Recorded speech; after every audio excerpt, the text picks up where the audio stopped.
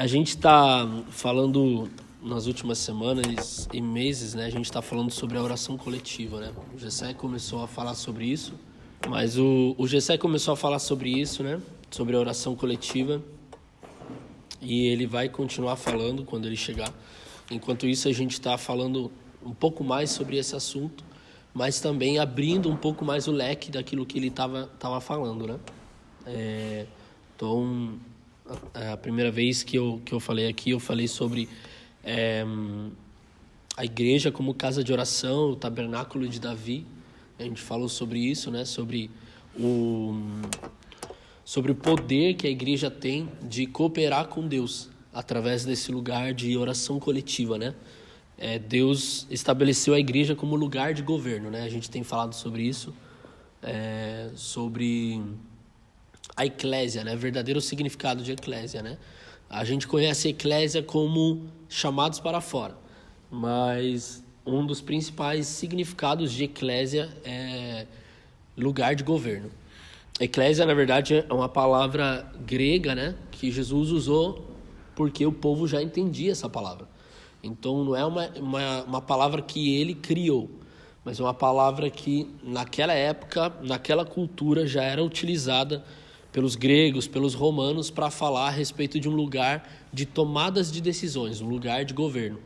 Vamos colocar, em poucas palavras, um lugar político, um lugar onde se tomavam as decisões da sociedade, no meio da cidade, do povo e tal.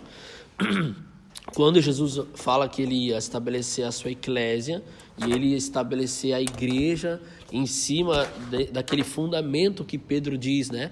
Você é o Cristo, né? E ele fala, né? Sobre essa pedra, né? Eu vou estabelecer minha igreja. Ele está falando que sobre esse fundamento ele estabeleceria o seu lugar de governo. É isso que Jesus estava querendo dizer, aquilo ali. Não estava falando sobre a igreja como nós vemos hoje. Esse lugar onde a gente vem e tal, né, um prédio, alguma coisa assim. Ele estava dizendo sobre um lugar de governo.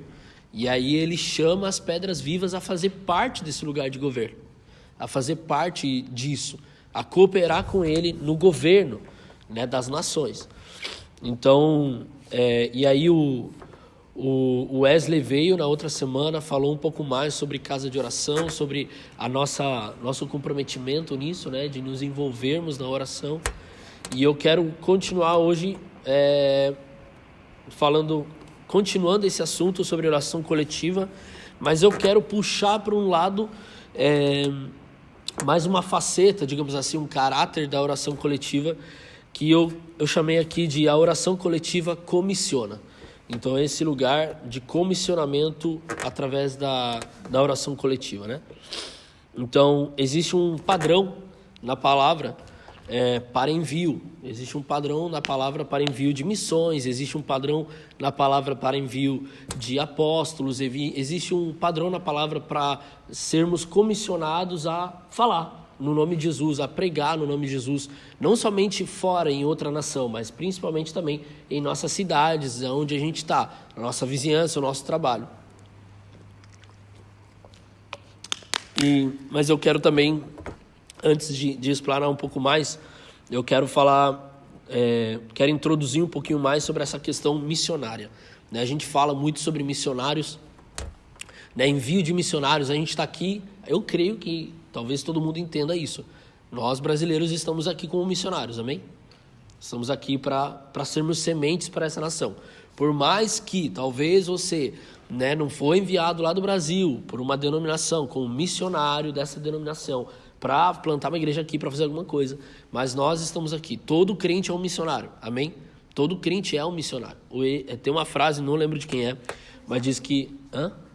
Spurgeon, né? Que como é que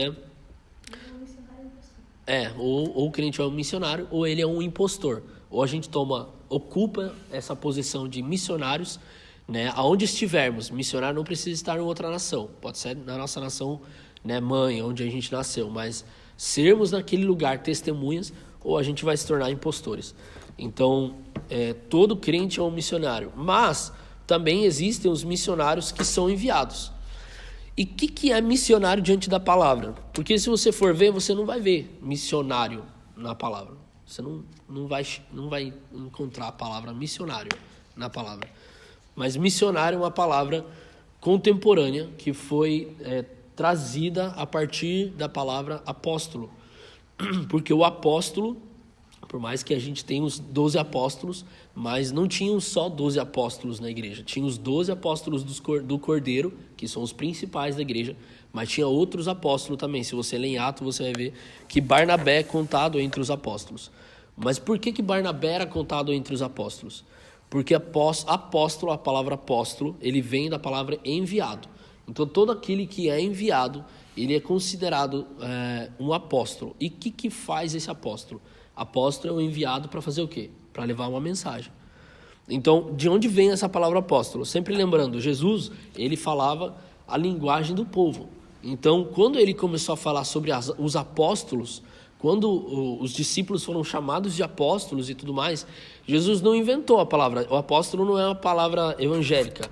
O apóstolo era uma palavra grega, romana, e ela, na verdade, ela vinha de um contexto. Eu quero explicar isso para depois a gente entrar um pouco mais. Qual que é o contexto da palavra apóstolo? No Império Romano, toda vez que o Império Romano ele ia para uma nação, para tentar conquistar essa nação, quando o Império Romano conseguia subjugar o povo dessa nação, o exército dessa nação, após isso, o imperador enviava um apóstolo, um mensageiro, um enviado. E esse mensageiro era encarregado de trazer uma mensagem. Qual é a mensagem? A mensagem do apóstolo do Império Romano era: o imperador venceu, o império venceu, o reino de Roma venceu. E agora, a partir disso, nós vamos começar a vir nessa nação e vamos trazer a cultura de Roma nessa nação. Nós vamos começar a trazer a mentalidade de Roma nessa nação e vamos estabelecer uma base de Roma nessa nação, uma embaixada de Roma nessa nação. Então é isso na mentalidade do povo daquela época. O apóstolo era esse cara, o mensageiro de um império. Faz total sentido com o reino de Deus, não faz? Nós somos enviados para uma nação para dizer: o Jesus, o rei, venceu a morte, venceu Satanás, ele morreu e ressuscitou, ele venceu a batalha na cruz. Agora o rei está vindo, o governo, o reino está vindo. Então nós, como apóstolos, somos enviados para essa nação, para esses lugares, dizendo assim: está vindo o reino daquele que venceu. E nós estamos como mensageiros para transmitir para vocês qual é a cultura desse reino, qual é a cultura do reino dos céus. Nós somos esses apóstolos, esses enviados, esses missionários que são enviados para isso. Então, é para a gente entender um pouquinho da onde vem isso, para a gente entender um pouquinho qual que é o nosso papel como igreja apostólica de Cristo, né? Trazer essa mensagem de um rei que venceu, e ele está vindo, está voltando para governar as nações. E nós estamos trazendo o conhecimento da cultura desse reino para o povo dessas nações, né? Só que na palavra existe um padrão para levantar homens e mulheres que serão enviados para pregar o evangelho e plantar igrejas. Nós somos missionários nessa nação, somos uma semente aqui, mas ao mesmo tempo existe um padrão na palavra para que a gente pregue. Existe um padrão na palavra para que a gente comece a falar em nome de Cristo. Um padrão para sermos enviados para a rua, para o trabalho, para outras nações, como testemunhas de Cristo na cidade local, no nosso trabalho, nos nossos estudos, nas ruas, praças, vizinhanças e outras nações, né? Talvez, claramente, nem todo mundo foi chamado para ir para outra nação, plantar uma igreja, pregar o evangelho. Mas todos nós somos chamados para sermos testemunhas de Cristo, através do poder do Espírito Santo. Amém? Isso é claro. Nem todo mundo é chamado para ir plantar uma igreja e fazer um trabalho missionário com plantação de igreja e tudo mais. Mas todo cristão é chamado a ser uma testemunha de Cristo, por meio do Espírito Santo. Mas há um lugar. Existe um lugar que nos autoriza a falar. E esse talvez é um dos nossos maiores problemas hoje na atualidade da igreja. Talvez o nosso maior problema é não entender que nós não somos só chamados para sermos testemunhas, mas há um padrão na palavra para nos autorizar e nos habilitar a sermos essas testemunhas. Um lugar que nos autoriza para sermos enviados para o campo. Seja qual for o campo, pode ser uma nação, pode ser a nossa vizinhança, pode ser o mercado, pode ser as ruas, pode ser as praças, pode ser nas nossas escolas onde nós fazemos faculdade, curso e tudo mais. Existe um padrão para sermos essas testemunhas. Não é só sair por aí falando. E é isso que eu quero falar hoje. Fiz essa introdução porque eu quero começar a falar sobre isso. Sobre esse lugar que nos autoriza para pregarmos. Esse lugar que nos autoriza como igreja a sermos testemunhas de Cristo aqui em Braga, em Portugal e nas nações por aí. Na nossa vizinhança, no mercado, na rua, na praça. Existe um lugar e esse é o lugar coletivo. A comunhão e principalmente o lugar de oração coletivo. Eu quero começar a me basear nisso em Atos 1. Vamos lá. Atos 1, a partir do versículo 8.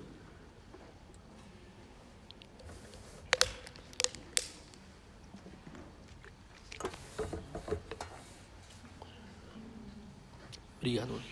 Sem açúcar. Isso. Atos 1, 8.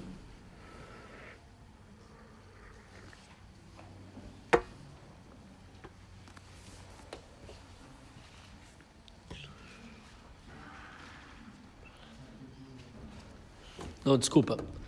Antes. Que pulou. Atos 1, 4. 1, versículo 4 ao 5. Vamos lá. Certa ocasião, enquanto Jesus comia com eles, com os discípulos, os apóstolos, né? Deu-lhes esta ordem: não saiam de Jerusalém, mas esperem pela promessa de meu Pai, da qual lhes falei. Pois João batizou com água, mas dentro de poucos dias vocês serão batizados com o Espírito Santo. Então Jesus, né, fazendo um contexto, Jesus morreu, ressuscitou, estava ali diante de 500 pessoas, um monte de gente viu ele fez milagres, ele começou a falar um pouquinho do reino para eles. Aí ele chegou para os discípulos, para os apóstolos discípulos e deu essa ordem: fiquem aqui em Jerusalém, fiquem aqui, não saiam daqui, né, permaneçam nesse lugar até que o meu Pai cumpra a promessa que ele fez. Pois João batizou com água, mas dentro de poucos dias vocês serão batizados com o Espírito Santo. Então Jesus deu essa ordem, e ele sabia exatamente o porquê eles deveriam fazer isso. Jesus sabia exatamente o porquê eles deveriam permanecer em Jerusalém. E aqui tem uma interrupção, né? Ele fala isso, aí os discípulos perguntam sobre o reino, Jesus chega para lá para eles, diz assim: não compete a vocês saber disso aqui agora. E ele continua. Né? E ele continua falando. Então, se você vai um pouco mais para baixo, Atos 1, 8, ele continua falando aquilo que ele já tinha começado de falar antes de ser interrompido. Aí ele fala assim: mas receberão poder quando o Espírito Santo descer sobre vocês, e serão minhas testemunhas em Jerusalém, em toda a Judéia, Samaria e até os confins da terra. Vamos ler esses dois textos juntos sem essa parte do versículo 6 e 7, que é a parte onde os discípulos não ficaram quietos, só quiseram interromper Jesus, que na verdade Jesus não falou nada para eles, só falou assim: você não tem que saber disso. Então não era para interromper, mas está aí. Mas vamos ler esses dois textos aqui, vai fazer mais sentido. Certa ocasião, enquanto comia com eles, deu-lhes essa ordem: não saiam de Jerusalém, mas esperem pela promessa de meu Pai, da qual lhes falei. Pois João batizou com água, mas dentro de poucos dias vocês serão batizados com o Espírito Santo e receberão poder quando o Espírito Santo descer sobre vocês. Serão minhas testemunhas em Jerusalém, em toda a Judéia, Samaria, até os confins da terra. Lendo dessa maneira faz um pouco mais sentido o que Jesus estava querendo dizer para eles. Então Jesus deu uma ordem para eles: não saiam daí. Por quê? Porque o Pai vai cumprir a sua promessa. E o que o Pai vai fazer? Ele vai batizar vocês com o Espírito Santo. E quando ele batizar vocês com o Espírito Santo, Aí vocês vão receber poder para quê? Aí ele fala, para serem minhas testemunhas em Jerusalém, em toda a Judéia, Samaria, até os confins da terra. Então Jesus sabia exatamente qual era o padrão de Deus para comissionar alguém. Para dizer assim, ó, vai lá e prega. Vai lá e faz.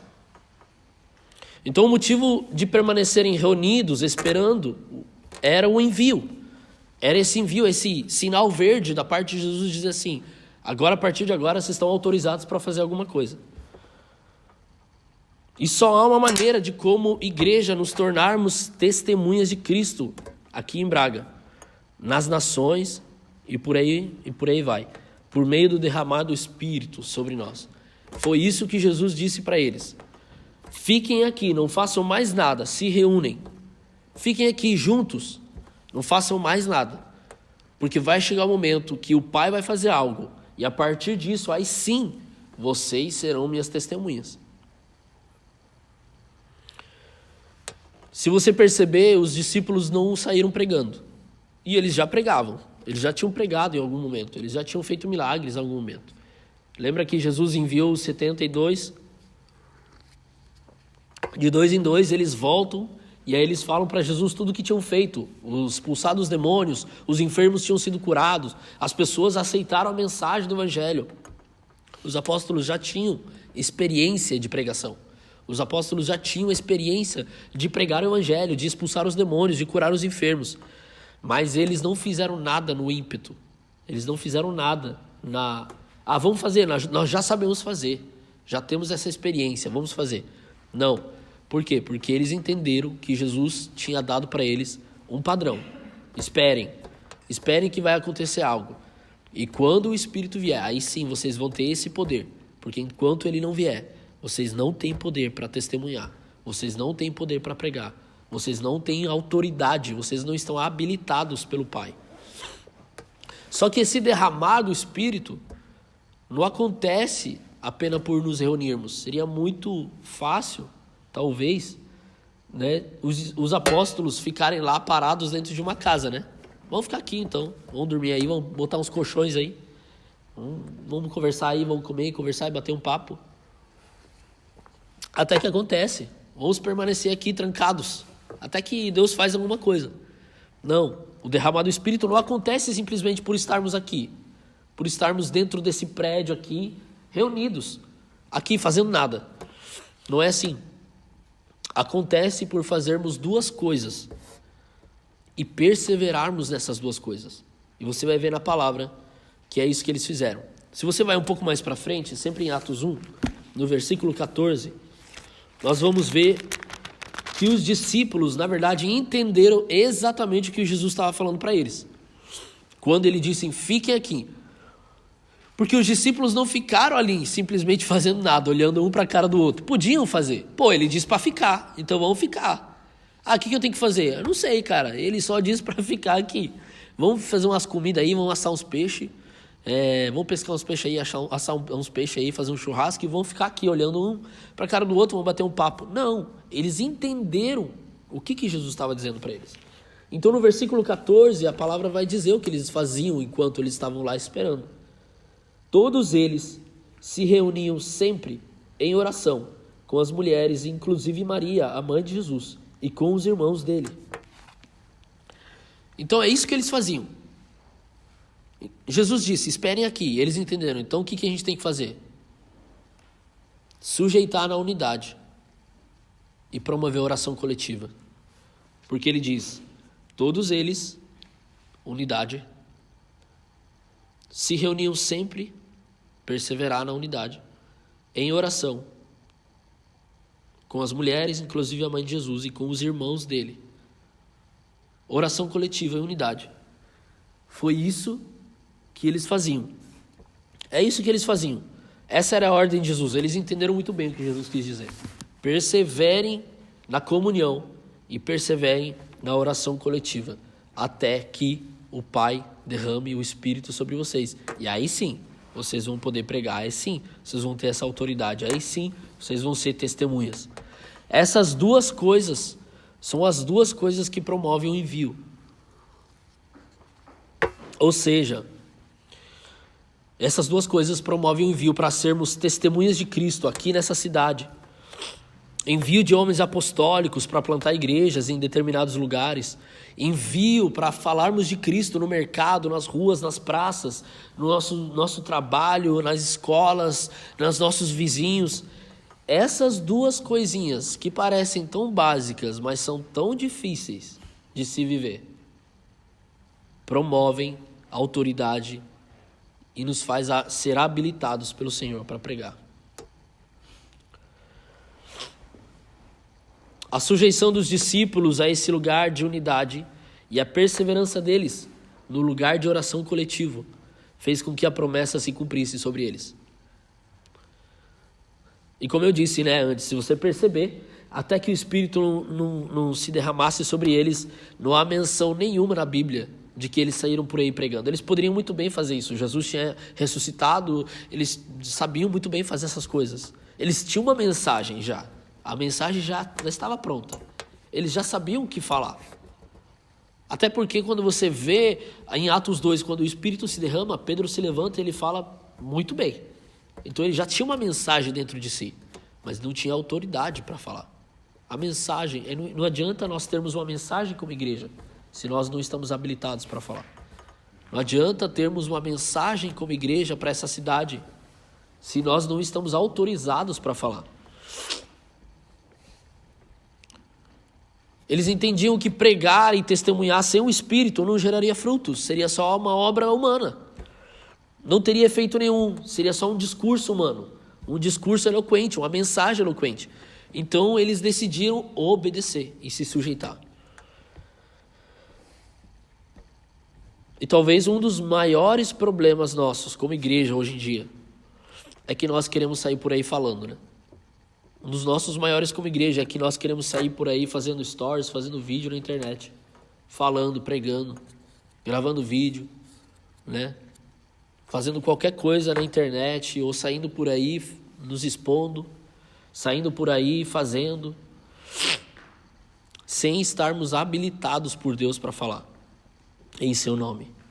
Um dos maiores problemas nosso como igreja global, digo igreja global, hoje em dia, é que nós queremos falar sem antes ter passado pela sujeição na unidade e sem antes termos perseverado no lugar de oração coletivo.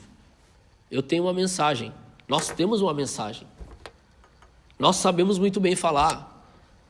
Talvez você nunca pregou, mas de tanto você ouvir o pastor pregar, você sabe falar, você já sabe pregar.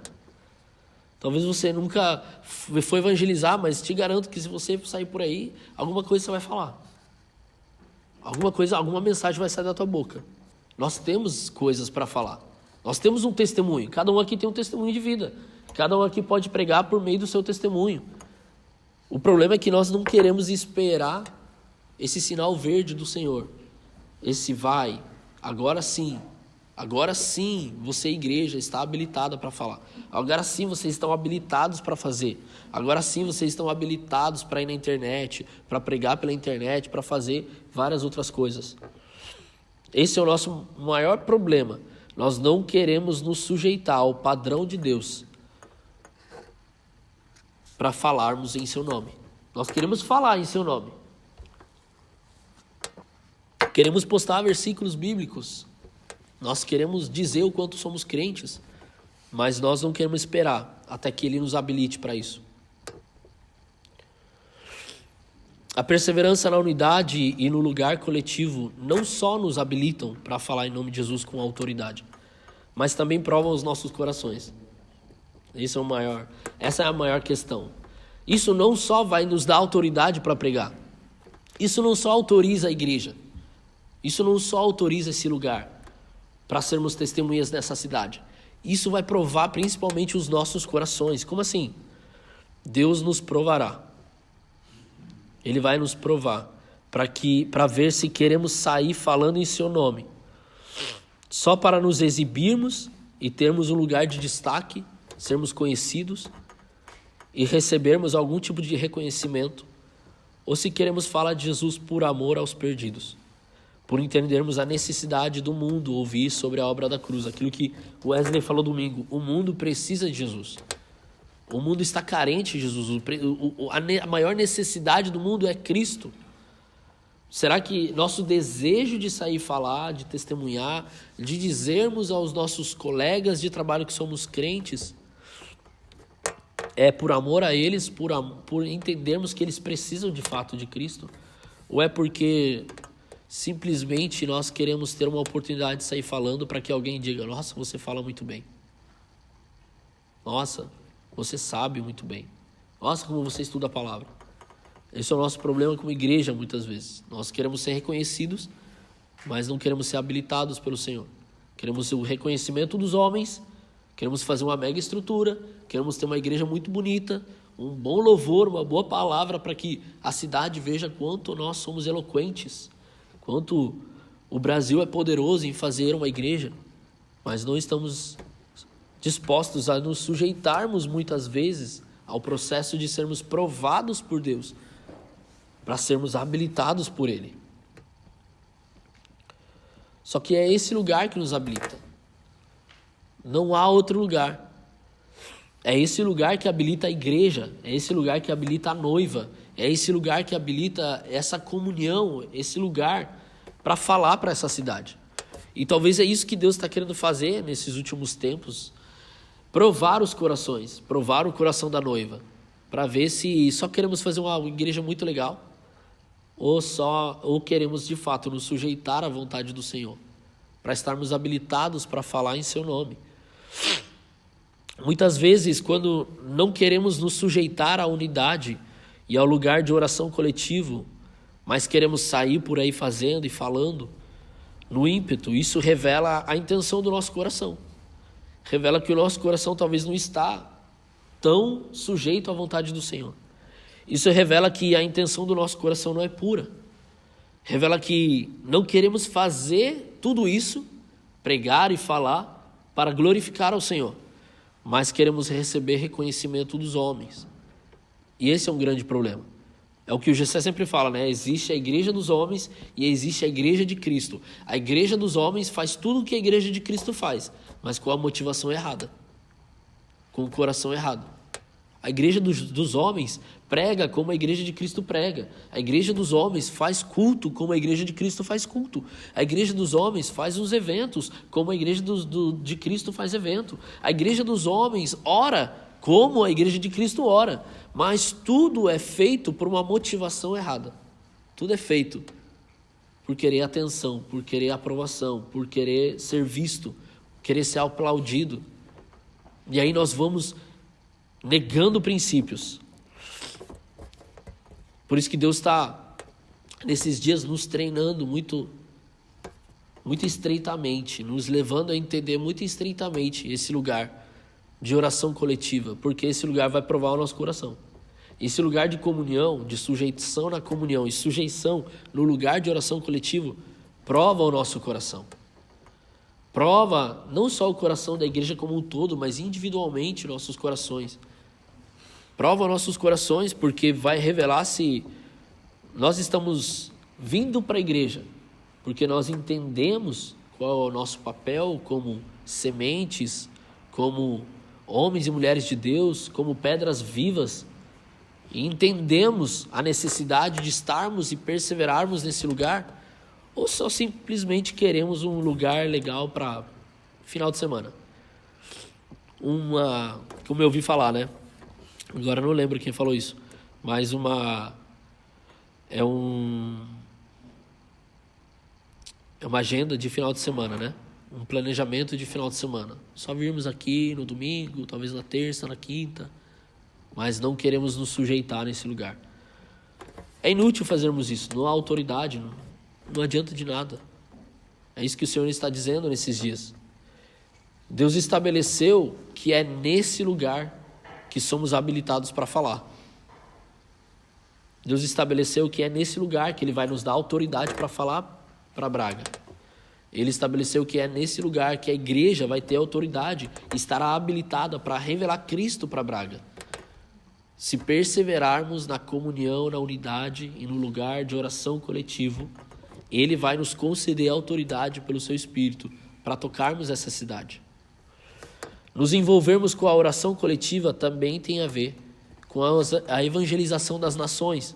É interessante que nós queremos tanto que as pessoas conheçam Jesus, nós oramos para que as pessoas conheçam Jesus, nós desejamos, nossa, aqui eu quero ser testemunha de Cristo nessa nação, nossa, vamos revelar Cristo para Portugal. Mas quando se trata de sermos práticos para alcançarmos esse lugar, nós não queremos. Permanecer no lugar de comunhão e unidade e no lugar coletivo de oração vai fazer com que todas essas falas, essas orações se cumpram. Só há um jeito, não é por outro jeito, só há um jeito. Deus amarrou certinho isso aí. Deus fez certinho o seu plano, Deus fez certinho o seu planejamento. É só por meio da unidade do lugar de oração coletivo que as cidades, as nações conhecerão a Cristo, serão salvas, serão despertas do seu sono, da sua incredulidade. Se tiver naquele lugar uma igreja, uma parte da noiva, que se reúne, persevera em comunhão e persevera em orar e clamar coletivamente, aí sim o Senhor vai derramar autoridade para tocarmos a cidade. Quando oramos coletivamente, clamamos para que o Espírito se derrame sobre nós e também para que Ele nos autorize, nos habilite e nos empodere para sermos suas testemunhas nessa cidade onde Ele quer nos enviar.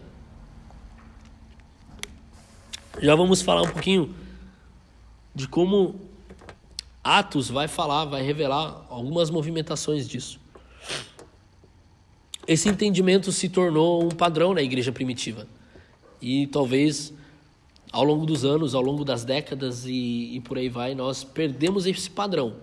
E aí começamos a fazer igreja num padrão errado. Começamos a querer manifestar Cristo nas nações de uma maneira errada, talvez. E por isso que muitas vezes não vemos frutos. Por isso que muitas vezes lutamos tanto. É por isso que muitas vezes nos desgastamos tanto para que as nações conheçam Jesus e os frutos são tão mínimos diante de tanto esforço. Porque talvez estamos fazendo da maneira errada. Vamos lá para Atos 9 e vamos ver que o começo, o início do ministério de Paulo foi debaixo desse padrão de Atos 1. Obrigado. Paulo, todo mundo sabe, né? Ele perseguia a igreja de Cristo, judeu, convicto de que era uma seita, né? As reuniões que eles faziam, a mensagem que eles pregavam, a teologia que eles pregavam, era uma seita e isso ameaçava o judaísmo daquela época, ameaçava os rabinos, os mestres da lei. Então Paulo ele se levanta como esse cara que vai perseguir os cristãos e vai tentar acabar com essa movimentação. Mas no meio disso aí, Jesus pega ele. No meio disso aí, Jesus se revela para ele. E no meio disso aí, Jesus inclui ele no padrão da igreja primitiva. Jesus inclui ele na vida da igreja primitiva, na vida da comunhão da igreja primitiva. Então vamos ler Atos 9, do versículo 10 ao 19 inicialmente. Depois a gente vai um pouco mais para frente. Então Atos 9, do 10 ao 19. Alguém quer ler? E havia em Damasco um discípulo chamado Ananias. O Senhor o chamou em uma visão: Ananias, diante do que prontamente respondeu: Eis-me aqui, Senhor. Então o Senhor lhe disse: Apronta-te e vai à rua que se chama Direita e procura na casa de Judas por um homem de Tarso chamado Saulo. Eis que ele está em oração neste momento. E acaba de ter também uma visão na qual um homem chamado Ananias se aproxima e lhe põe as mãos para que volte a enxergar. Todavia, Ananias replicou: Senhor, tenho ouvido vários testemunhos sobre este homem, quantos males tem causado aos teus santos em Jerusalém, e eu estou aqui com toda a autoridade do chefe dos sacerdotes para prender todos que invocam teu nome. Porém, o Senhor ordenou-lhe: vai, pois ele é para mim um instrumento escolhido, a fim de levar o meu nome diante dos gentios e seus reis e perante o povo de Israel. Revelarei a ele tudo quanto me será será necessário sofrer por causa do meu nome. Então Ananias foi entrando na casa e pôs sobre ele as mãos, declarando: Irmão Saulo, o Senhor Jesus, que lhe apareceu no caminho por onde vinhas, enviou-me a ti para que tornes a ver e fiques pleno do Espírito Santo. Imediatamente lhe caíram nos olhos algo parecido com umas escamas, e ele passou a ver de novo. Em seguida, levantando-se, foi batizado. E, depois de alimentar-se, ganhou novas forças e passou vários dias na companhia dos discípulos de Damasco. Isso. Então vamos lá.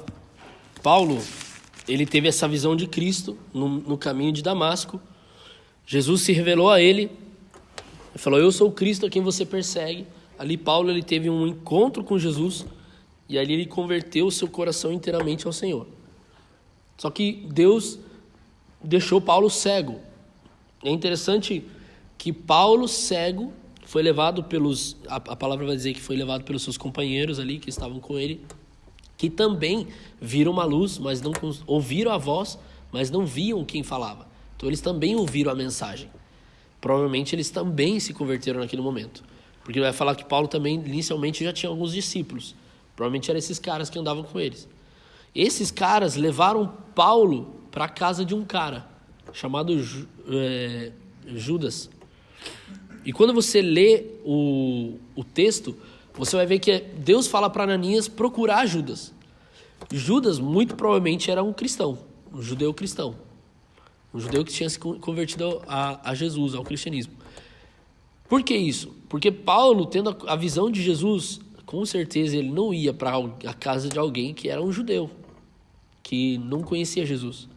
Como é que um cara que tem uma experiência dessa, que vê Jesus, que tem uma convicção que Jesus é verdadeiro, Jesus é Deus, é filho de Deus, vai para a casa de alguém que com certeza mataria ele e ficaria ali até Ananias chegar? Com certeza, eu estava lendo, pesquisando um pouco, algumas, não se diz muito sobre esse Judas, mas as pesquisas dizem que provavelmente era um cristão também. Tanto que Deus dá direções muito claras, vai, procure Judas, na rua direita. Então, provavelmente era conhecido esse homem. Deus levou Paulo para a casa de um cristão, levou Paulo a se sujeitar à comunhão. E provavelmente ali tinha os caras que andavam com Paulo também, E nesse lugar, e aí eu me lembro que Jesus ele fala: onde haverá 2 ou 3 reunidos em meu nome, ali eu estarei. Então nesse lugar se formou uma comunhão. Então, primeiramente, Deus converte o coração de Paulo e leva ele para se sujeitar à comunhão.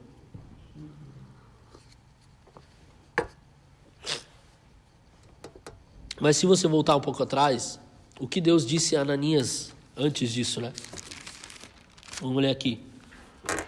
Jesus disse assim, vá à casa de Judas, na rua chamada direita, pergunte por um homem de Tarso chamado Saulo. Ele está fazendo o quê? Ele está orando. Então, Jesus leva Paulo a ir na casa de um irmão em Cristo, se sujeitar à comunhão, se sujeitar ao irmão, e ele começa a orar. Ele diz que estava em jejum, não estava comendo. E nessa oração, enquanto ele ora, ele tem visões, E o Senhor fala para ele, que Ananias iria até ele. Então, naquele lugar, havia um lugar de comunhão, sujeição e oração coletiva. Olha o padrão. Você precisa entender o texto. O texto está falando, você lê o texto e você começa a entender como é que Deus está movimentando com Paulo. Deus converteu o coração de Paulo e fez com que ele entrasse no padrão da igreja de Cristo, no padrão do corpo. Sujeição, comunhão e oração coletiva. Quando Ananias chegou ali, aconteceu o quê? Mais sujeição, porque Paulo teve que se sujeitar a alguém que ele não via, que ele estava cego, que ele não conhecia, mas que Deus disse que viria para abrir os olhos dele e fazer com que ele fosse cheio do Espírito Santo. E tanto Ananias teve que sujeitar a Paulo, porque Ananias até reclama com Deus e fala assim, Senhor, eu sei quem é esse cara, e esse cara está perseguindo a tua igreja, esse cara está perseguindo o teu povo, e ele já matou alguns. E então Ananias começa a discutir com Deus. E Deus diz assim, vai lá até ele, eu escolhi ele é o meu servo, eu que fiz, para que ele seja cheio do Espírito Santo. Então houve sujeição mútua. Paulo teve que se sujeitar a Judas, teve que se sujeitar a Ananias, Ananias teve que se sujeitar a Paulo, provavelmente Judas conhecia a fama de Paulo, teve que se sujeitar a Paulo também. Então ali houve uma comunhão, sujeição à unidade e oração coletiva.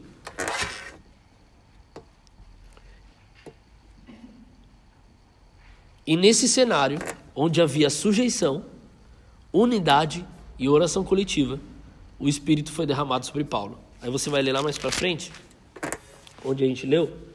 Ananias foi, entrou na casa, pôs as mãos sobre Saulo e disse, irmão Saulo, o Senhor Jesus, que lhe apareceu no caminho por onde você vinha, enviou-me para que você volte a ver, e não só isso, seja cheio do Espírito.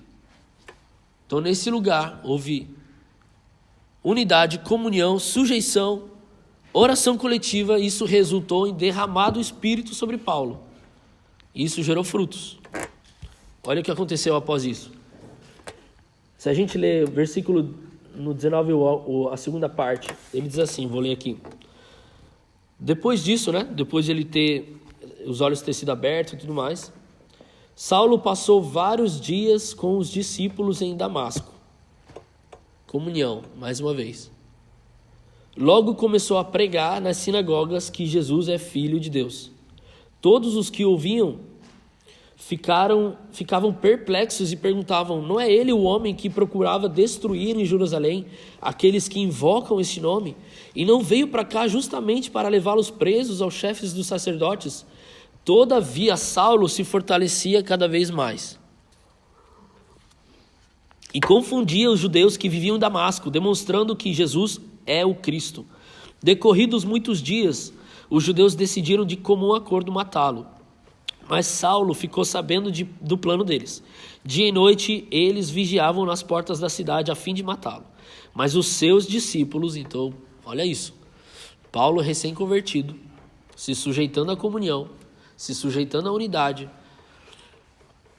se sujeitando ao lugar de oração coletiva, cheio do Espírito Santo, já começou a fazer discípulos, já começou a pregar, fruto desse lugar, Mas os seus discípulos o levaram de noite e o fizeram descer um cesto, através de uma abertura na muralha. Quando chegou a Jerusalém, tentou reunir-se aos discípulos. E aqui, mais uma vez, houve sujeição no corpo de Cristo. Olha o que o texto fala. Quando chegou a Jerusalém, tentou reunir-se aos discípulos, mas todos estavam com medo dele. Os caras ainda não sabiam da sua conversão. Paulo está querendo vir aqui, Saulo está querendo vir aqui com a gente, cara. Não, ele vai matar todo mundo. Eles ainda não entendiam, o que tinha acontecido com Paulo. O cara que queria matar todo mundo, ele se converteu. Mas olha a sujeição do corpo. Olha o nível de unidade, olha o nível de comunhão que eles tiveram naquele tempo, desde a conversão de Paulo até aquele momento que ele começou a pregar e fazer discípulo ali, e é um tempo de espaço muito curto ali, não é uma coisa de anos, ali é um tempo de espaço curto, talvez semanas. Olha o que aconteceu, eles não acreditavam que fosse realmente um discípulo, Mas então Barnabé, e Barnabé é uma figura muito importante na igreja de Jerusalém. Barnabé era, mais para frente você vai ver que Barnabé é contado entre os apóstolos. Barnabé é uma figura que aos olhos dos apóstolos do Cordeiro era visto como alguém que tinha um encargo apostólico da parte do Senhor. Levou aos apóstolos Paulo e lhes contou como no caminho Saulo vira ao Senhor que lhe falara e como em Damasco ele havia pregado corajosamente em nome de Jesus. Assim Saulo ficou Assim Saulo ficou com eles. Então ali houve uma sujeição e eles aceitaram Paulo no meio da comunhão. Sujeitaram ao testemunho de Paulo. Paulo ficou com eles, andava com liberdade em Jerusalém, pregando corajosamente em nome do Senhor. Falava e discutia com os judeus de fala grega, mas estavam tentando matá-lo. Sabendo disso, os irmãos o levaram para Cesareia, o enviaram para Tarso.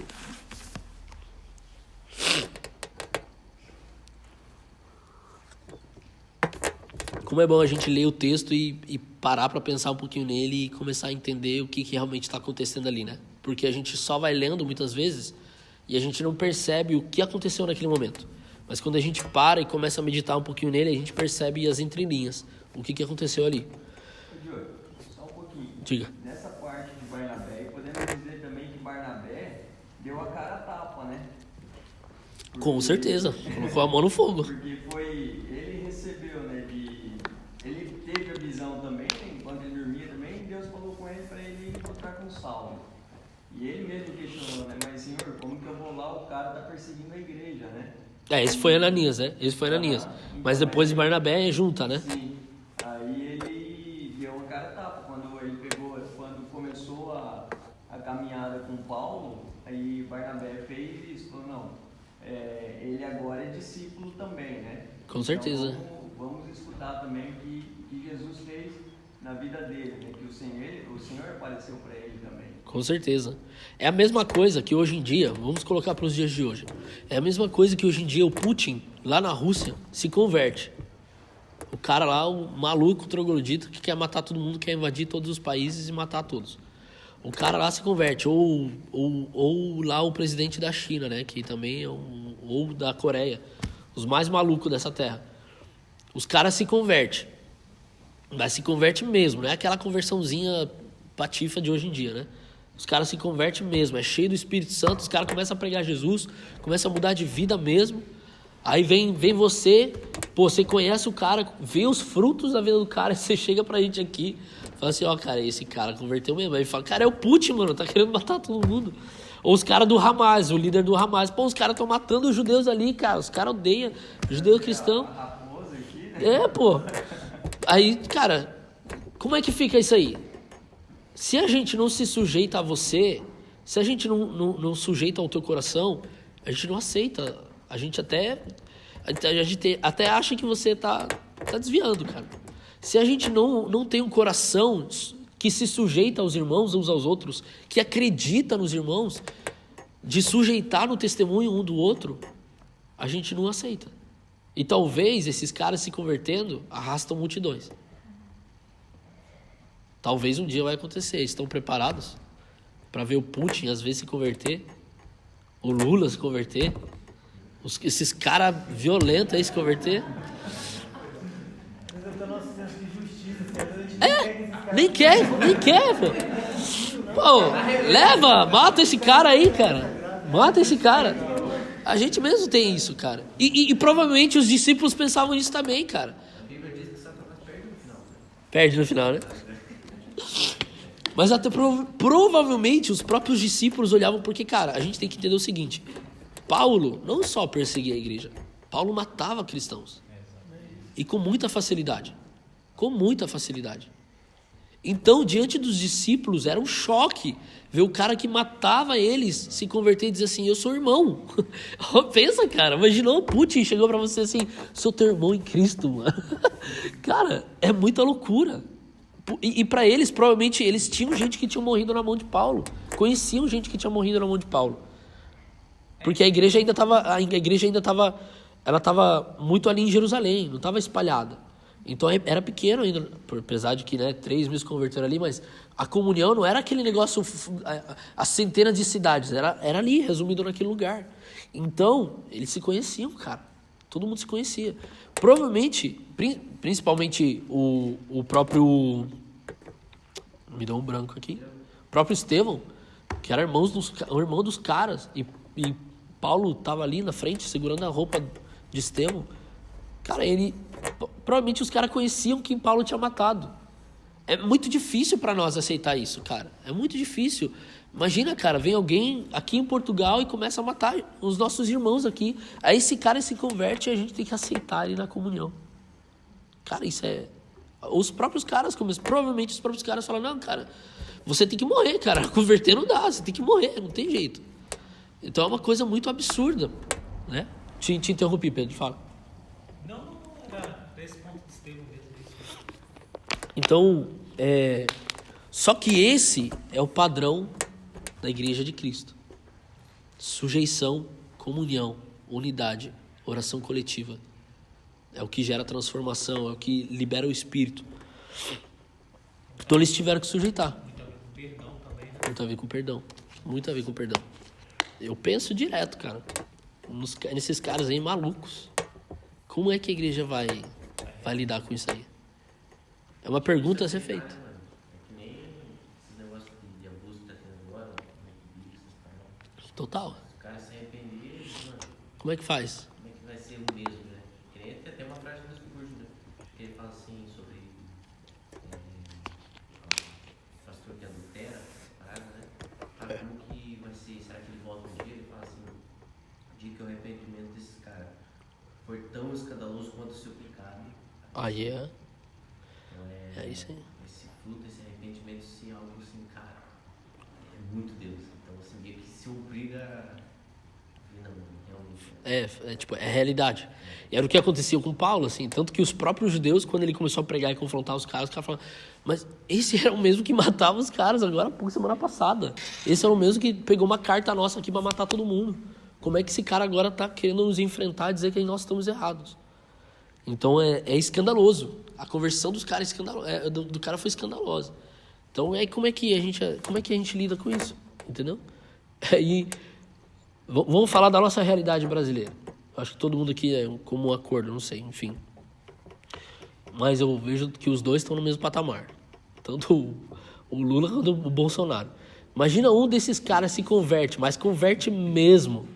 Mas não só converte, mas aí, cara, Deus começa a levantar esses caras para pregar o evangelho. Para ganhar pessoas para Jesus. E talvez ganhar mais gente do que a gente ganhou na vida inteira. E talvez os caras venham aqui, na nossa igreja, comungar com a gente.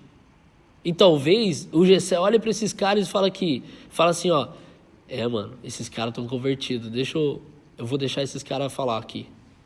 E aí, você vai sair da igreja? Você vai ouvir os caras ou vai? Não, mano, você tá maluco, vai pôr o cara para pregar.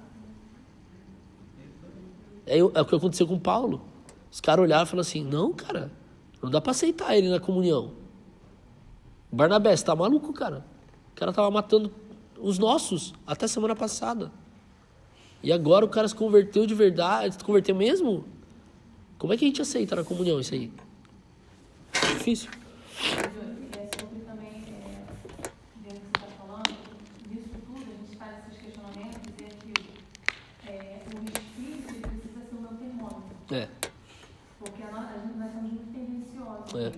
Então, dentro desse exemplo que acontece aqui, na própria palavra, na linha fala que todos ouviam Saulo e estavam atônitos, né? Aí fala, não é este que exterminava, então exatamente o que você falou, tipo, o cara era extremamente temido, e tu vê que Cristo, o Espírito, ele vai trazendo esse confronto para aqueles que andaram com Jesus, que foram tocados pelo Espírito, mas não é só sobre isso, é você todo dia morrer, exatamente. É aquilo, é abatendo um coração orgulhoso, porque a gente acaba achando assim, não, eu tenho direito, você não. Eu posso, você não. Como assim você? Não, você não pode, mas eu sim. Não, de contas, eu sou muito santa. Você tem muito pecado. E também, de certa forma, Paulo, que você está falando, ele também é confrontado de várias formas que Saulo, né? Ele era Saulo. Sim. Não era qualquer pessoa Sim. que você exterminando, não era um soldado.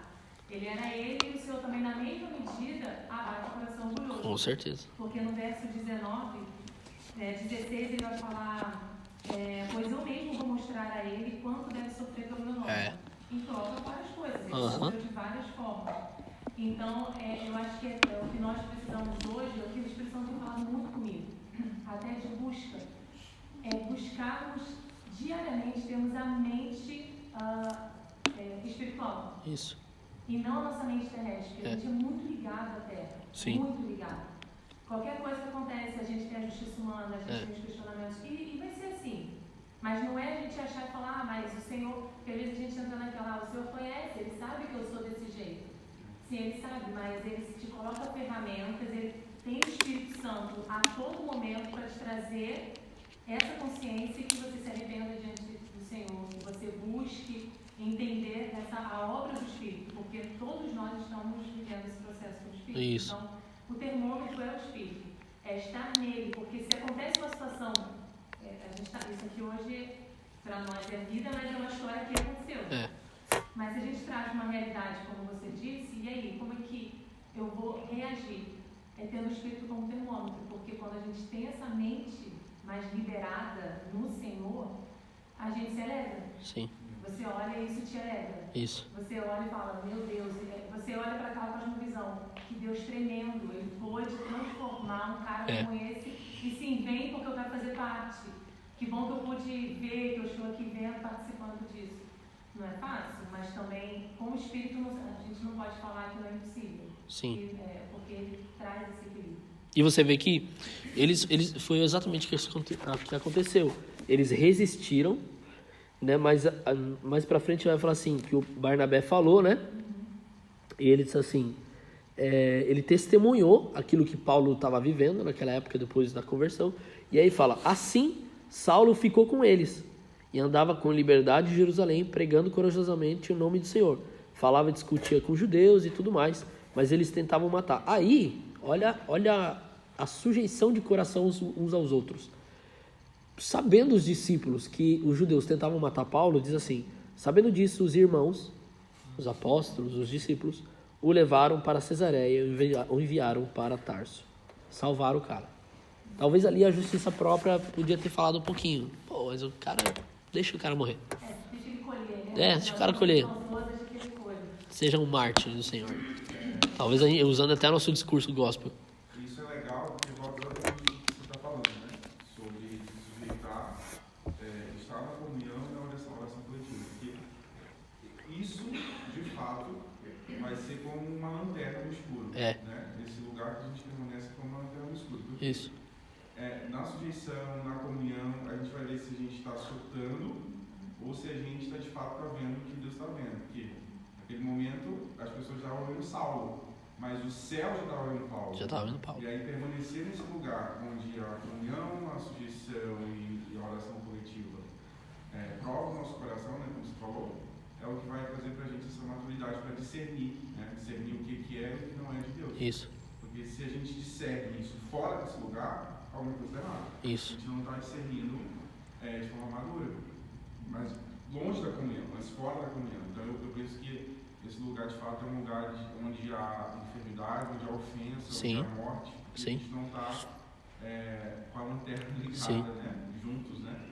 A gente está nesse lugar sozinho. Sozinho não tem como a gente de fato ser habilitado para ver o que o céu está vendo. Né? Isso. Eu acho que isso é muito fantástico, porque Deus não mostra algo fora da coletividade.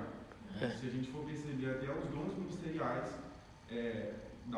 entregues por Jesus, eles foram entregues com o objetivo de edificar a igreja, para que a igreja de fato resulte em conhecer a Jesus, porque a igreja de fato seja esse lugar onde transformados estamos caminhando para que Cristo seja glorificado. Isso. Então, fora da coletividade isso não tem como acontecer.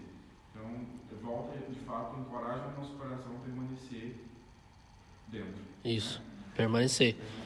E vai ter dificuldade, por exemplo, da mesma maneira que foi difícil para os apóstolos e os discípulos aceitarem Paulo, eu acredito que foi difícil para Paulo, agora tendo um coração sincero, olhar para os caras rejeitar ele. Porque agora ele era rejeitado pelos judeus e também estava sendo rejeitado pelo corpo de Cristo. Então, para ele também foi difícil se submeter a isso. Porque facilmente ele poderia dizer assim, pô, então se lasquem vocês. Ok, fazer o meu, vamos embora. Mas não, ele ficou lá. Ele disse assim, cara, eu acredito que ele pensou, cara, os caras estão certos. Eu mereço talvez isso. Então ele se sujeitou. Até que a sinceridade do seu coração, aquilo que o Espírito tinha feito na vida dele, refletisse para que ele fosse aceito no meio da comunhão. Então, tanto quanto difícil foi para eles, como igreja, aceitar o Paulo, agora também foi difícil para ele também passar por esse processo de ser rejeitado uma vez, ser rejeitado outra vez, entendeu? Então, e teve um momento que, mais para frente, agora eles aceitam, mas mais para frente, Paulo, ele tem que ir para uma reunião com os caras para começar a falar do que ele estava vivendo, porque Paulo começou a pregar para os gentios, e para que a mentalidade deles era, não é só os judeus, e houve um questionamento da igreja sobre isso. Paulo teve que ir para o concílio Paulo teve que dizer para os caras, cara, é isso aqui que está acontecendo, é isso. Ele teve que justificar o seu ministério. E talvez ali surgiu uma certa dúvida ainda, tipo assim, será que esse cara é realmente... Porque, pô, o cara tá indo contra. O cara tá indo contra aquilo que a gente acredita, é só os judeus. Porque eles tinham essa mentalidade, é só os judeus. Aí Deus muda as coisas, né? O cara ficou tão bravo que chega a chamar a atenção até de Pedro, né? Até de Pedro, cara. Agora, essa nova pessoa, o cara tem autoridade para chamar a atenção de outra coisa. Outra coisa que estou pensando talvez interessante, a gente tem falado muito sobre a oração do Pai Nosso. É. E a oração do Pai Nosso fala sobre isso, sobre como é no céu, assim na terra, e também fala sobre perdoarmos assim como fomos perdoados. Ou seremos perdoados assim como nós perdoamos. A obra da cruz ela é muito maior do que a gente vê hoje, né? Então pensa, cara, da mesma forma que esse cara é perdoado por ter assassinado cristãos, é a mesma forma que eu sou perdoado pelo meu pecado. Então cara, se eu sou aceito por Cristo, por que eu não posso aceitar esse cara? Né?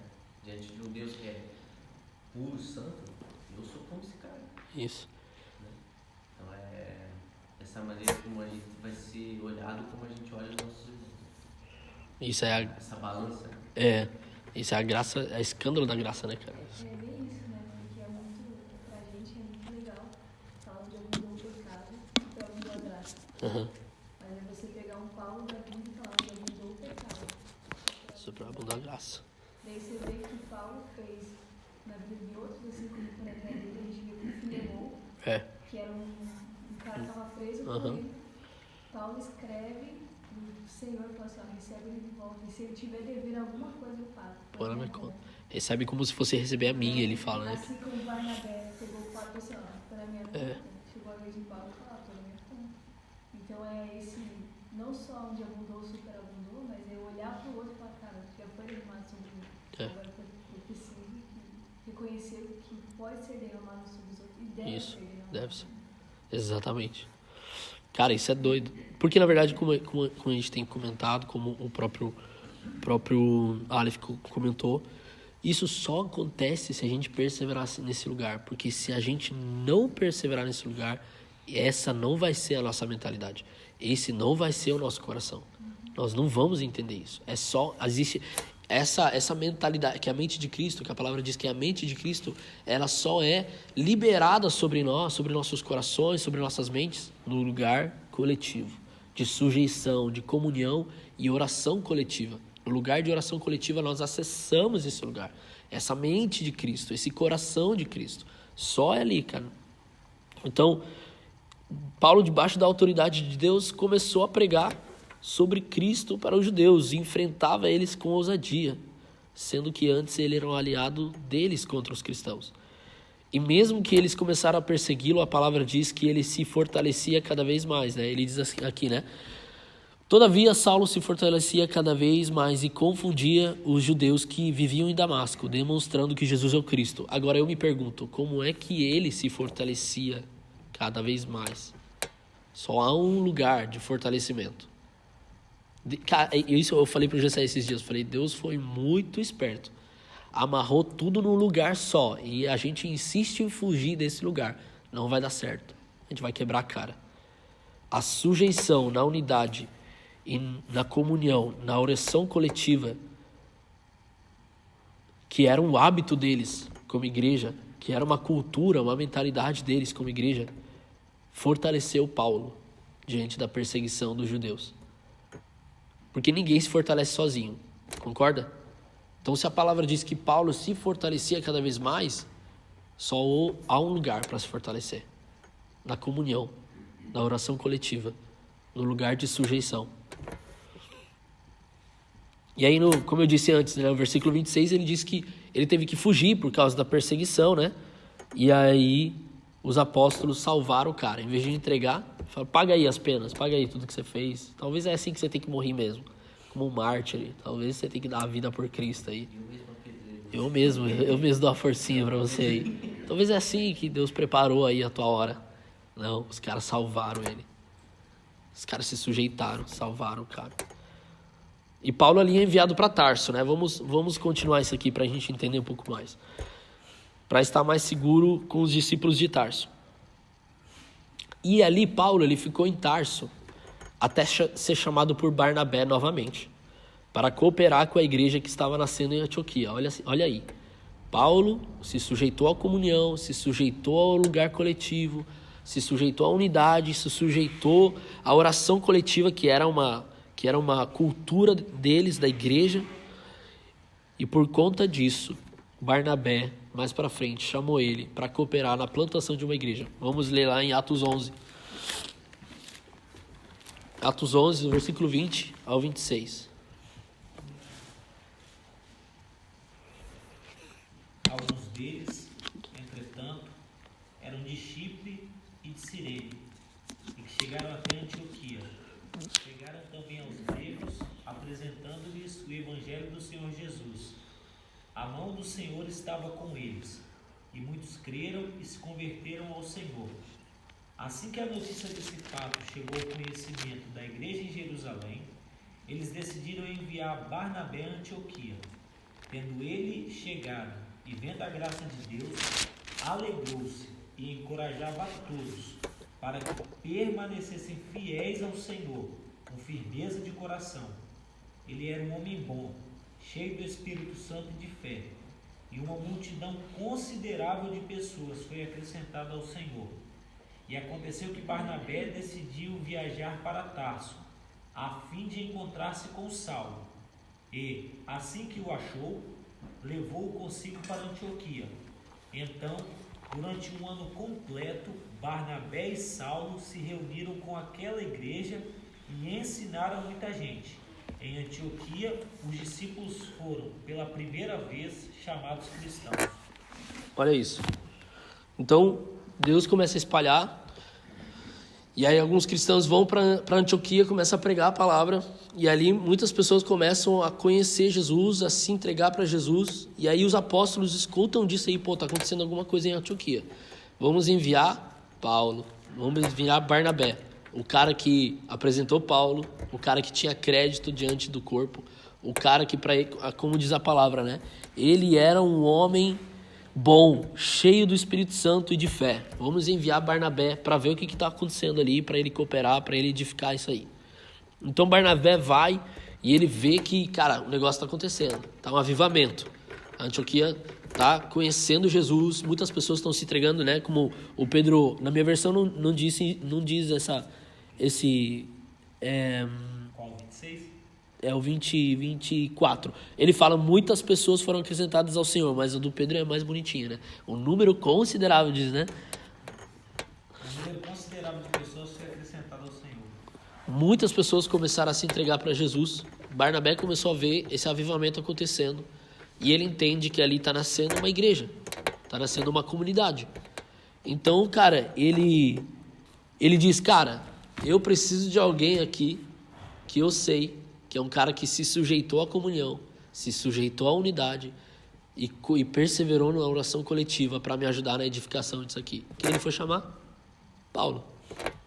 Vão para Tarso, busca Paulo. E aí eles vêm, e o que eles fazem? Cara, olha o que eles fazem.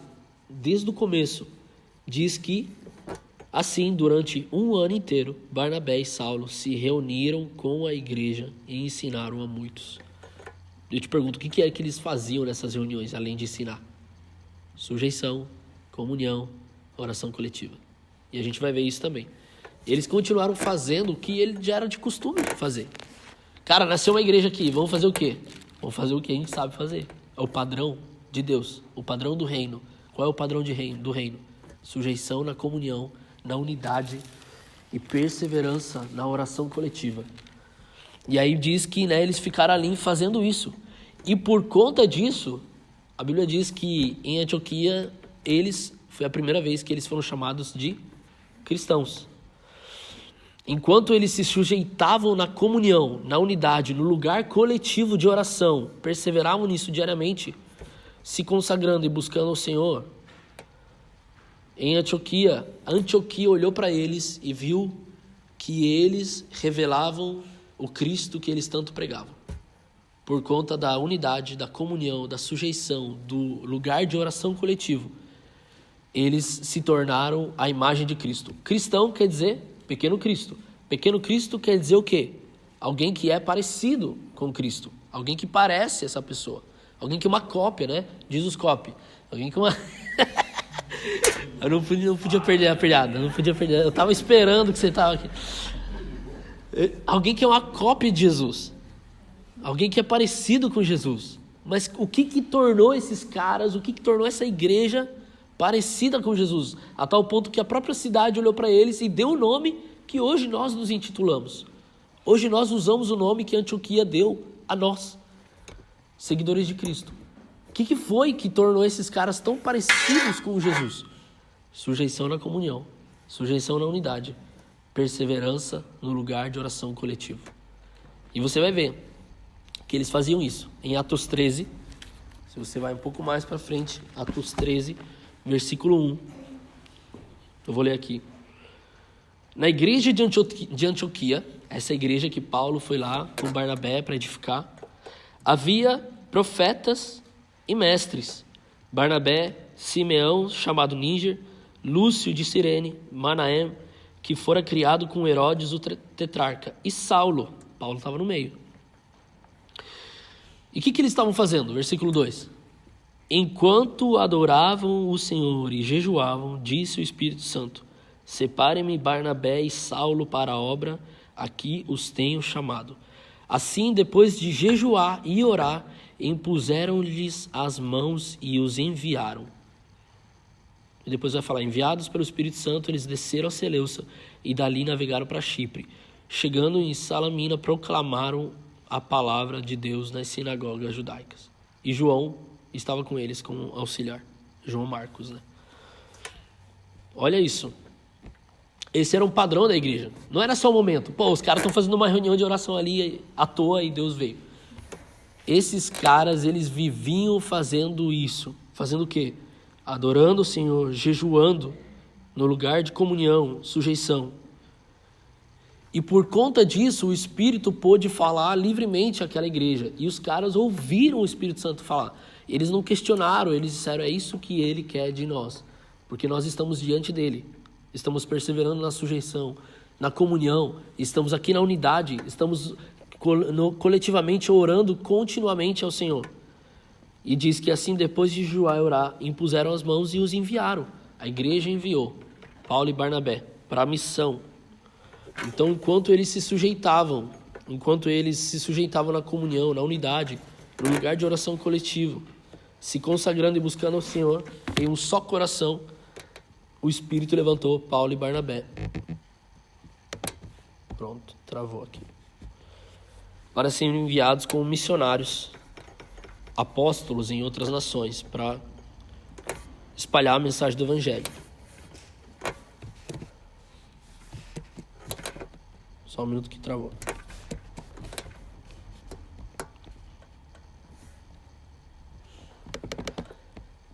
Como é que trava numa hora dessas, né? Vou pegar aqui. Aí, isso aí. Aí. Esse era o padrão da igreja primitiva. Esse era o padrão deles. Eles aprenderam isso lá em Jerusalém e reproduziram em Antioquia, porque esse era o padrão do reino de Deus. Continua sendo o padrão do reino de Deus. Esse é o padrão para que, através desse lugar, nós como igreja, nós como noiva, nós como esse lugar de governo do Senhor, quando nos sujeitamos nesse lugar de comunhão, de sujeição na unidade e oração coletiva, nós somos autorizados para enviar pessoas para tocar nações.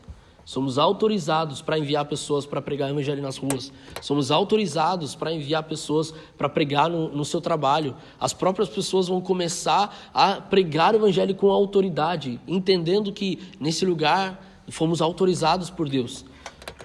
Esse é o padrão. Os caras não saíram por aí fazendo. Eles podiam muito bem, tinha muitas nações que precisavam ouvir de Deus, mas eles permaneciam. Ali, né, quando eles chegaram em Atos 11, vai dizer que eles ficavam 1 ano, mas depois também ficaram mais um bom tempo, provavelmente mais 1 ano. Ali, comunhão, sujeição, oração coletiva, de semana após semana, dia após dia, Até que o Espírito veio e disse assim, agora envia. O Espírito veio e liberou. O Espírito veio e autorizou para fazer outras coisas, para ir além. Esse é o padrão, é o Espírito que vem porque a igreja está se sujeitando, a igreja está perseverando, a igreja está orando continuamente, coletivamente ao Senhor, até que Ele faça, até que Ele empodere. Eles entendiam que a prioridade da igreja deve ser sujeição na comunhão e perseverar no lugar de oração coletiva. A nossa maior prioridade como igreja é essa. Nossa maior prioridade como igreja deve permanecer essa. Quando as coisas começarem a acontecer, quando talvez a nossa comunhão começar a ficar maior, quando talvez a cidade olhar para nós e ver alguma coisa acontecendo, nós precisamos permanecer nesse lugar. Sujeição na comunhão, unidade e oração coletiva, para que não parem, para que Deus continue autorizando, para que Deus continue enviando, para que Deus continue fazendo por nosso meio. É dali, é desse lugar que tudo acontece, que Deus empodera e habilita a igreja para tocar a cidade e as nações.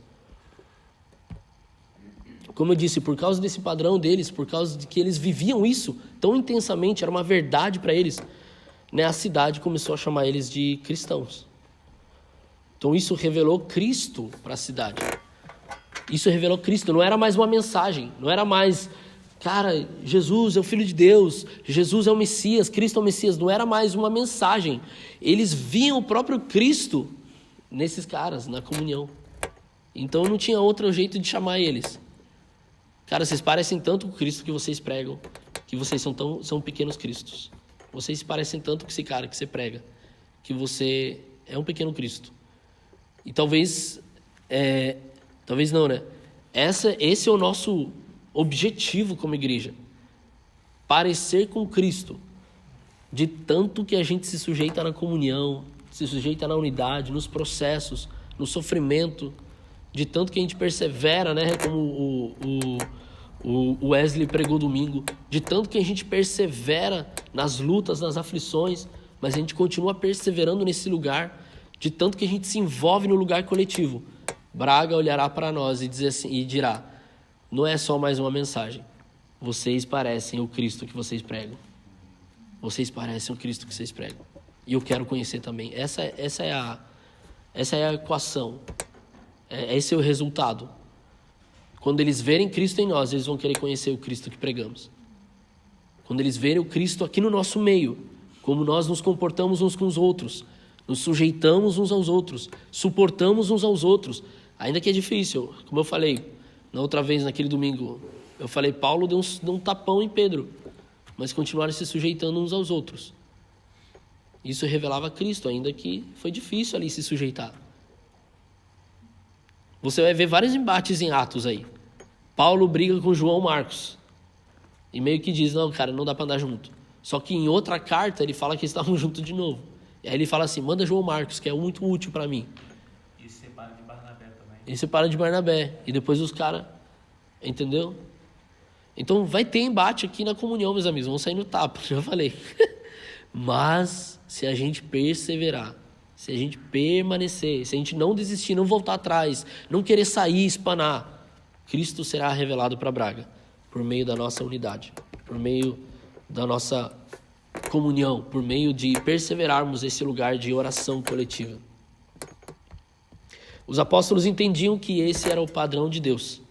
Essa era a estratégia de Deus. Quer saber de uma boa estratégia de evangelizar? É isso. Quer saber de uma boa estratégia de revelar Cristo para Portugal, para Braga? Essa é a estratégia de Deus. Não há outra mais eficaz que essa. Não adianta a gente criar várias coisas. Não vai dar certo. A gente só vai se cansar. Não vai rolar. Essa era a estratégia de Deus ali atrás e continua sendo ainda hoje a estratégia de Deus para Cristo ser revelado nas nações. O método de Deus é esse, para tocar as cidades, as nações. Eles não abriam mão disso. Você vê que eles faziam isso em Jerusalém, fizeram isso em Antioquia, continuaram fazendo em outros lugares. Você vai ver que em Samaria foi a mesma coisa. Aonde eles iam, eles estabeleciam um lugar de comunhão, de sujeição, de oração coletiva. Eles não abriam mão disso. Em qualquer lugar que eles iam, eles perseveravam nesse entendimento. edificando comunidades em cima desse padrão.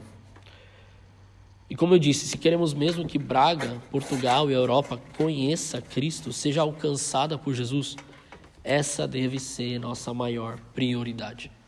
Não é papo de pastor para meter todo mundo aqui dentro e ofertar e dizimar. Não é.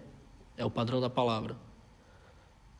Se a gente não quiser andar nesse padrão, a gente é livre. Mas a gente não vai ver essa cidade tocada por Jesus. Esse é o padrão, é o único jeito. Sujeição na comunhão, perseverança na oração coletiva. E é a partir dessas duas práticas que Deus nos dará autoridade. Nos habilitará por meio do seu Espírito para tocar essa cidade, através da pregação do Evangelho, através daquilo que estamos edificando aqui no nosso meio, semana após semana. Amém? É isso que eu queria dizer, é isso que eu queria falar hoje a respeito desse lugar coletivo, lugar de sujeição, lugar de perseverança na oração coletiva, na oração contínua, semana após semana. Não dá pra gente vir para Portugal para ser somente mais uma igreja, pra gente fazer um cultinho legal. Não foi esse o propósito. Não é esse o propósito de cada um de nós estarmos aqui. O propósito é que entendamos o padrão do Senhor, para que uma nação inteira seja tocada, seja alcançada, seja salva, transformada pelo Senhor. Para que Portugal se dobre a Deus, para que Portugal adore a Deus. Tem um teólogo, acho que é o John Piper, não lembro agora, mas acho que é. Mas ele fala que o foco da missão da igreja é fazer com que as nações adorem ao Senhor. O Senhor procura nações que o adorem em espírito e em verdade. Então, o nosso foco como igreja nessa nação, nessa cidade, é levar Braga, levar Portugal a adorar a Deus, a abandonar os seus outros ídolos, os seus outros amores, outras paixões, outros deuses, e se render ao Senhor e adorar o Senhor de todo o coração. Mas tem um padrão, tem um jeito. Não tem jeito, cara. Vai ter que ser assim. Vai ter que ser assim. Vamos ter que abandonar os nossos outras estratégias, outras mentalidades que talvez aprendemos errado e ir para a palavra e entender na palavra qual é o padrão de Deus para tocar as nações, ir para a palavra para entender na palavra de Deus qual é o padrão dele para revelar Cristo por meio da igreja e aplicar isso e viver isso de todo o coração. É difícil. Eu vou falar para vocês, não é fácil estar aqui toda semana orando e buscando o Senhor. Não é fácil levantar às 5:30 da manhã, terça-feira, sábado. Não é fácil permanecer aqui nas 24 horas. Não é fácil vir aqui toda quinta-feira. Todo mundo tem os seus afazeres. Todo mundo tem a sua vida, a sua cultura. Todo mundo tem a sua família. Mas se nós entendermos que a nossa prioridade deve ser essa, talvez nós vamos começar a nos aplicar um pouco mais nisso. Não só nos turnos de oração, que a gente tem vários durante a semana, mas também na sujeição, na comunhão, em andarmos juntos, em sermos um, em nos sujeitarmos uns aos outros, abrirmos o coração para o outro, sujeitarmos a nossa casa, a nossa família uns aos outros, para que isso aqui que eles viveram seja uma realidade aqui no nosso meio também. Amém? Vamos orar. Pedro, você ora por nós, por favor. Pai, nós agradecemos a Ti pela Tua palavra. Sim, Senhor. Que abriu os nossos olhos, Pai, acerca da importância, Pai amado, que é perseverarmos, Pai, na comunhão, perseverarmos, Pai, na unidade, na oração. Senhor, e a nossa oração é que essa palavra, Pai, fique retida, Pai amado, no interior dos nossos corações, Pai, Sim, nas nossas Senhor. mentes, Pai. E que a gente possa perseverar nesse lugar, Pai, de unidade, nesse lugar coletivo, sabendo, Pai amado, Sim, que sozinho, Pai amado, nós não podemos fazer nada, Pai. Sim, Senhor. Que sem o Senhor nada podemos fazer, nada podemos realizar.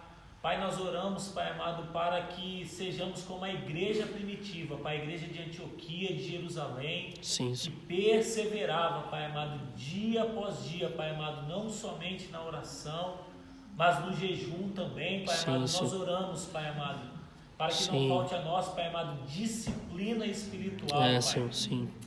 Perseverança, Pai amado, independente das circunstâncias, Pai amado, como foi falado, cada um de nós, Pai, tem os afazeres pessoais, Pai, temos os cuidados familiares, Pai, mas nós oramos, Pai amado, Sim, sim. para que os nossos olhos, Pai, para que o nosso coração esteja voltado para o Senhor, Pai. Sim, Senhor. Nós oramos, Pai, para que, assim como aquela igreja, Pai amado, foi reconhecida, Pai amado, pelo Teu poder que estava sobre ela, Pai amado, que nós, como igreja dessa cidade, nessa nação, sejamos conhecidos, Pai amado, pelo Teu poder que será derramado sobre nós, Sim, Pai. Senhor, sim. Nós oramos, Pai amado, para que essa cidade, Pai amado, a partir das nossas vidas, Pai, a partir da oração, Pai, a partir da perseverança, Pai, da santidade ao Senhor, Pai, reconheça, Pai amado, que Cristo está sobre nós, Pai. Sim, sim. Que Cristo, Pai amado, verdadeiramente é o único Salvador, Pai amado. Sim, Por isso sim. nós oramos, Pai amado,